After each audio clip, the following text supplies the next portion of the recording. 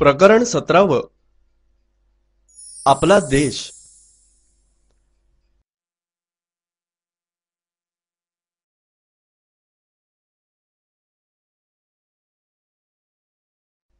भारत माझा देश आहे असं आपण म्हणतो।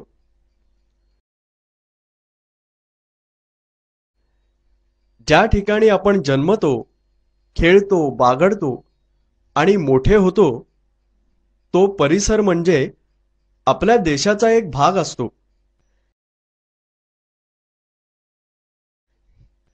या परिसराशी आपलं एक वेगळंच नातं असतं।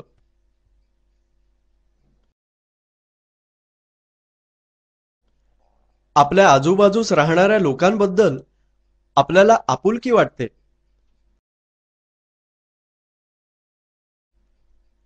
तेच आपले शेजारी, सोबती आणि मित्र होतात।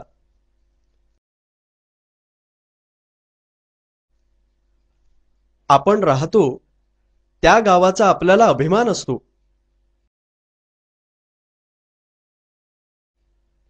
अशी अनेक खेडी, गावं आणि शहरं या सर्वांचा मिळून देश बनतो।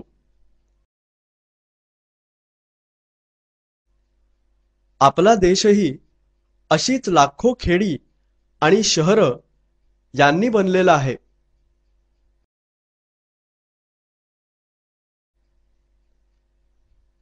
मित्रांनो, देशाला काही निश्चित सीमारेषा असते। या सीमारेषेच्या आत राहणारे त्या देशाचे रहिवासी असतात।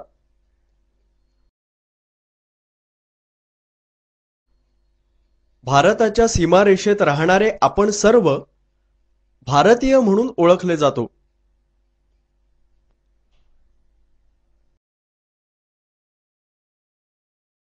यावर अपेक्षित प्रश्न आहे, भारताच्या सीमारेषेत राहणारे आपण सर्व टिंबटिंब म्हणून ओळखले जातो। उत्तर आहे, भारताच्या सीमारेषेत राहणारे आपण सर्व भारतीय म्हणून ओळखले जातो।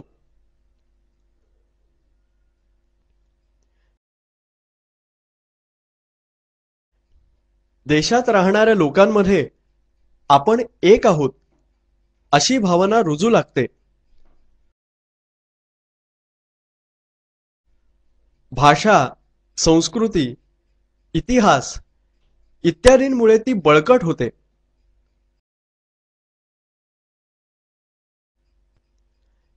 या ऐक्य भावनेमुळे आपला देश केवळ एक देश न राहता त्याचं राष्ट्र बनतं।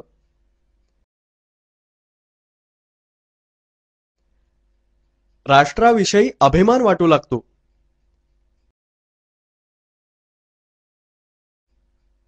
राष्ट्राला स्थैर्य प्राप्त होतं। विकासाला चालना मिळते।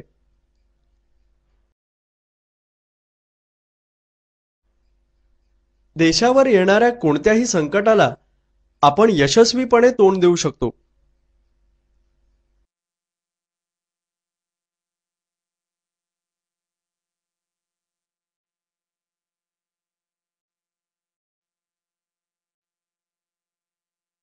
राष्ट्रीय सण। मित्रांनो, आपल्यातील एकोपा टिकून राहावा व जोपासला जावा म्हणून आपण राष्ट्रीय सण उत्साहाने साजरे करतो। स्वातंत्र्य दिन आणि प्रजासत्ताक दिन हे आपले राष्ट्रीय सण आहेत।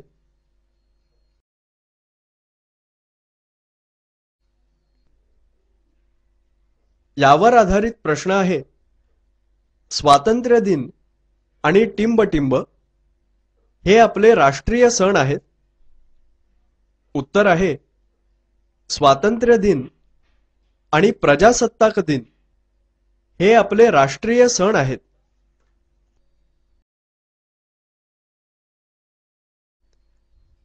तुम्हाला माहितीच आहे, 15 ऑगस्ट 1947 रोजी आपला देश स्वतंत्र झाला। हा दिवस दरवर्षी आपण स्वातंत्र्य दिन म्हणून साजरा करतो?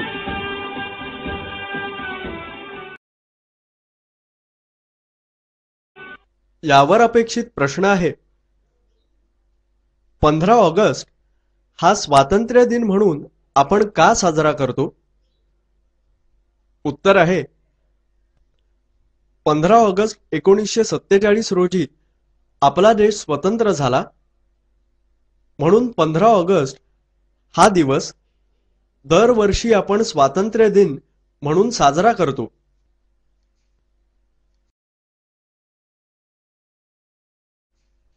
या दिवशी झेंडावंदनाचा कार्यक्रम देशभर साजरा केला जातो.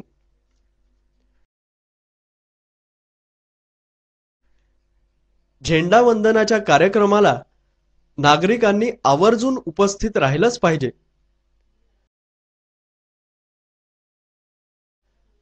देशाच्या स्वातंत्र्यासाठी त्याग केलेल्या व्यक्तींचं स्मरण आपण या दिवशी करतो.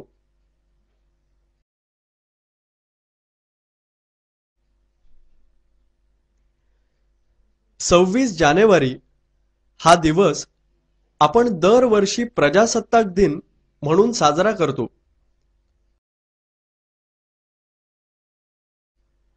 आपला राज्यकारभार लोकशाही पद्धतीने करण्यास 26 जानेवारी 1950 पासून सुरुवात झाली.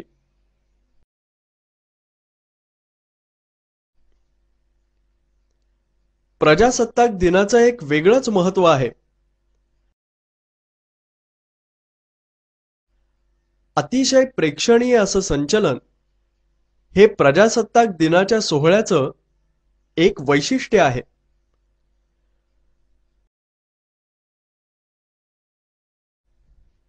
या संचलनात भूदल, नौदल आणि हवाई दल ही देशाची 3 संरक्षण दलं सहभागी होतात.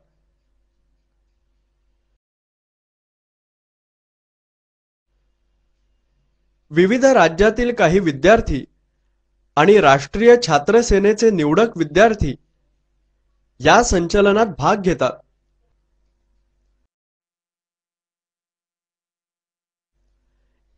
या कार्यक्रमास आपण अन्य देशांच्या राष्ट्रप्रमुखास आमंत्रित करतो.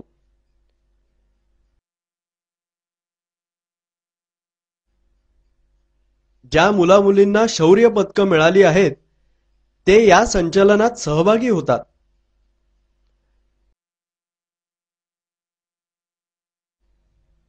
या संचलनाची मानवंदना राष्ट्रपती स्वीकारतात. शिवाय सांस्कृतिक कार्यक्रमांचं आयोजन प्रजासत्ताक दिनी केलं जातं.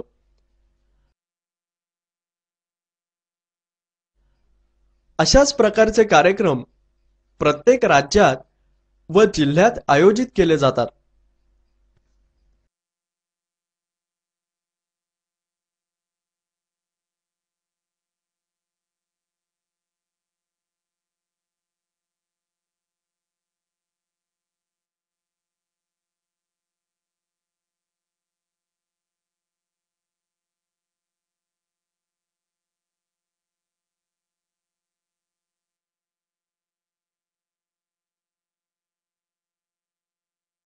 राष्ट्रीय प्रतीक, राष्ट्रध्वज, राष्ट्रगीत व राजमुद्रा ही आपली राष्ट्रीय प्रतीक आहेत.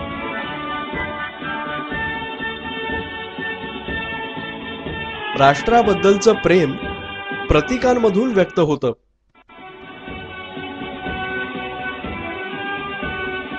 तसंच प्रतीकांमुळे ऐक्य भावना बळकट होते.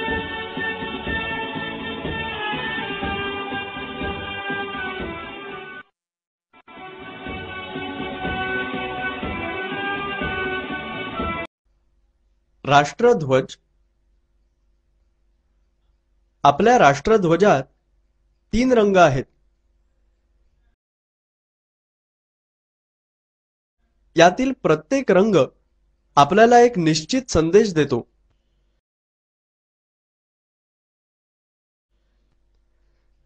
सर्वात वरच्या बाजूस असणारा केशरी रंग त्याग व शौर्याचं प्रतीक आहे.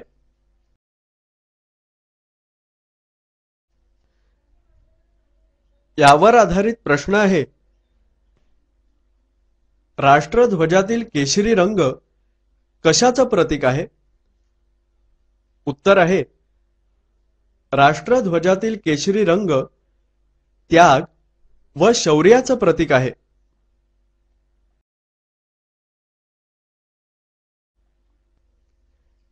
शांतीचा संदेश मध्यभागी असणाऱ्या पांढऱ्या रंगातून मिळतो.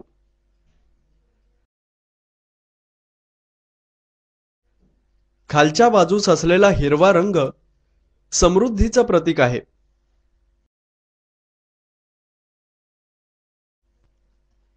राष्ट्रध्वजाच्या मध्यभागी असणाऱ्या पांढऱ्या पट्ट्यावर निळ्या रंगाचं अशोक चक्र आहे.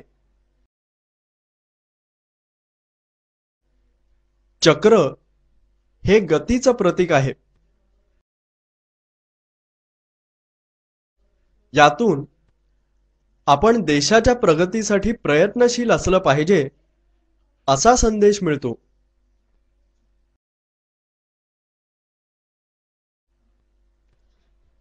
यावर अपेक्षित प्रश्न आहे, 2 ते 3 वाक्यात माहिती लिहा. राष्ट्रध्वज. उत्तर आहे, आपला राष्ट्रध्वज हे आपलं राष्ट्रीय प्रतीक आहे. आपल्या राष्ट्रध्वजावर निश्चित संदेश देणारे 3 रंग आहेत. सर्वात वरच्या बाजूस असणारा केशरी रंग त्याग व शौर्याचा संदेश देतो. मध्यभागी असलेला पांढरा रंग शांतीचा संदेश देतो. तर खालच्या बाजूस असलेला हिरवा रंग समृद्धीचा संदेश देतो. राष्ट्रध्वजाच्या मध्यभागी पांढऱ्या पट्ट्यावर असलेलं निळ्या रंगाचं अशोक चक्र आपणास देशाच्या प्रगतीसाठी प्रयत्नशील राहण्याचा संदेश देतं.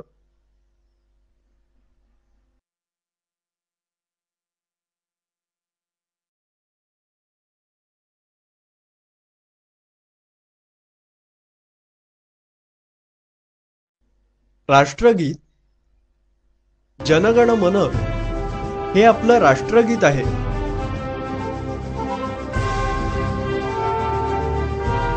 हे गीत रवींद्रनाथ टागोर यांनी लिहिलं.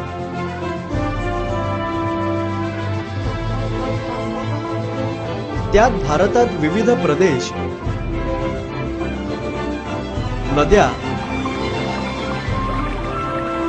व पर्वत यांचं वर्णन केलं आहे.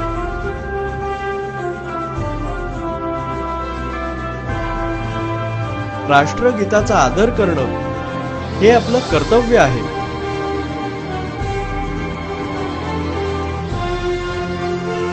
राष्ट्रगीताचा अनादर होणार नाही याची आपण सर्वांनी काळजी घेतली पाहिजे.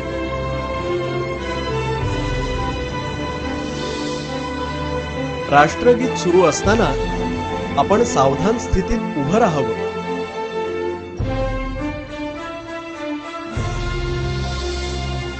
यावर अपेक्षित प्रश्न आहे, राष्ट्रगीत सुरू असताना आपण कोणती काळजी घ्यावी? उत्तर आहे, राष्ट्रगीत सुरू असताना आपण सावधान स्थितीत उभं राहण्याची काळजी घ्यावी.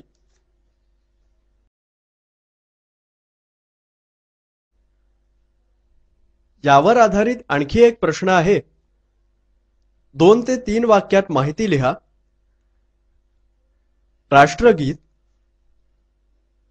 उत्तर आहे, जनगण मन हे आपलं राष्ट्रगीत आहे. रवींद्रनाथ टागोर यांनी हे गीत लिहिलं आहे. या गीतात त्यांनी भारतातील विविध प्रदेश, नद्या व पर्वत यांचं वर्णन केलं आहे. राष्ट्रगीत हे आपलं राष्ट्रीय प्रतीक आहे. म्हणून राष्ट्रगीत सुरू असताना आपण सावधान स्थितीत उभं राहावं. राष्ट्रगीताचा आदर करणं हे आपलं कर्तव्य आहे.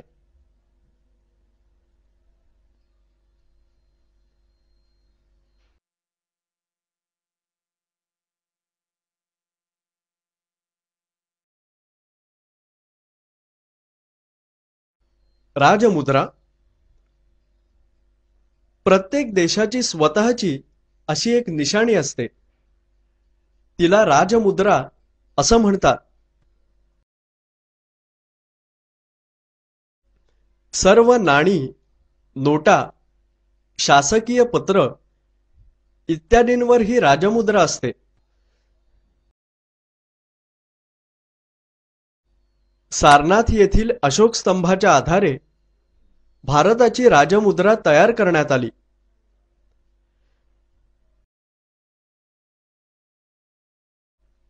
राजमुद्रेतील सिंहाच्या चित्राखाली सत्यमेव जयते हे वचन आहे.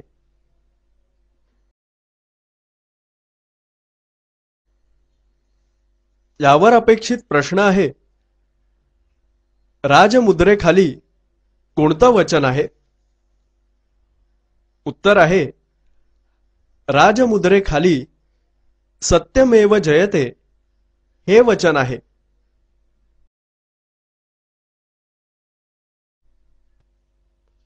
यावर आधारित आणखी एक प्रश्न आहे. 2 ते 3 वाक्यात माहिती लिहा. राजमुद्रा. उत्तर आहे, 4 सिंहाकृती असलेली आपली राजमुद्रा हे आपलं राष्ट्रीय प्रतीक आहे. सारनाथ येथील अशोक स्तंभाच्या आधारे भारताची राजमुद्रा तयार करण्यात आली आहे. राजमुद्रेतील सिंहाच्या चित्राखाली सत्यमेव जयते हे वचन आहे. सर्व नोटा, नाणी, शासकीय पत्र इत्यादींवर ही राजमुद्रा असते.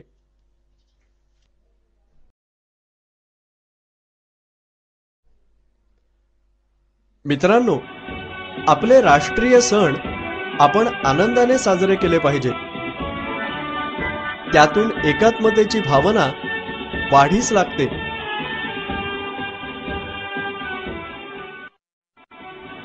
राष्ट्रीय प्रतीकांमुळे ती आणखी दृढ होते.